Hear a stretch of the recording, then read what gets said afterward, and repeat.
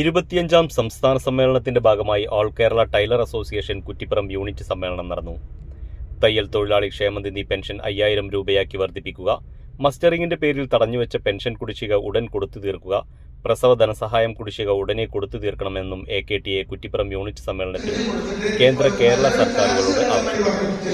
കുറ്റിപ്പുറം വ്യാപാര ഭവനിൽ നടന്ന സമ്മേളനം ജില്ലാ സെക്രട്ടറിയും സംസ്ഥാന സമിതി അംഗവുമായ PD സണ്ണി ഉദ്ഘാടനം ചെയ്തു. സുധാകരൻ അധ്യക്ഷത വഹിച്ചു. ഭേദപ്പെട്ട ജീവിതം അനുഭവിക്കാൻ കഴിയുന്ന സംസ്ഥാനം എന്നുള്ളതാണ്. പല സംസ്ഥാനങ്ങളിലേക്ക് ചെന്നാൽ അതിസമ്പന്നരായിട്ടുള്ള ആഡംബര ജീവിതം നയിക്കുന്ന കുറെ ആളുകളെ കാണാൻ സാധിക്കുമെങ്കിൽ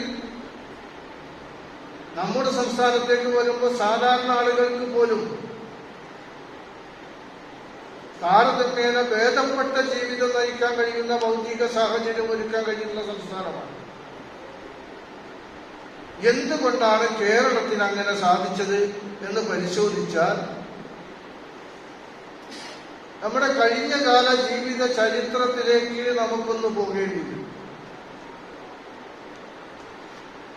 നമുക്കറിയാം, ഒരു കാലഘട്ടം പ്രായമായ ആളുകൾക്കൊക്കെ അറിയാം,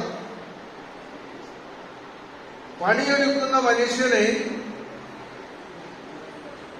ജീവിക്കാൻ ആവശ്യമായിട്ടുള്ള പ്രതിഫലം ലഭിക്കുന്നതിനുള്ള സംവിധാനം ഉണ്ടായിരുന്നു.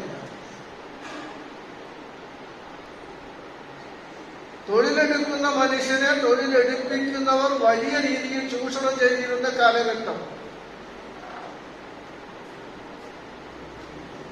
തൊഴിലെടുക്കുന്ന മനുഷ്യൻ ഒരിക്കലും അതിനോട് എതിർത്തുകൊണ്ട് ഒരുമിച്ച് നിൽക്കാതിരിക്കാൻ വേണ്ടിയുള്ള ഒരു സാമൂഹ്യ സാഹചര്യത്തെ ബോധപൂർവം അവർ സൃഷ്ടിച്ചു വെച്ചു.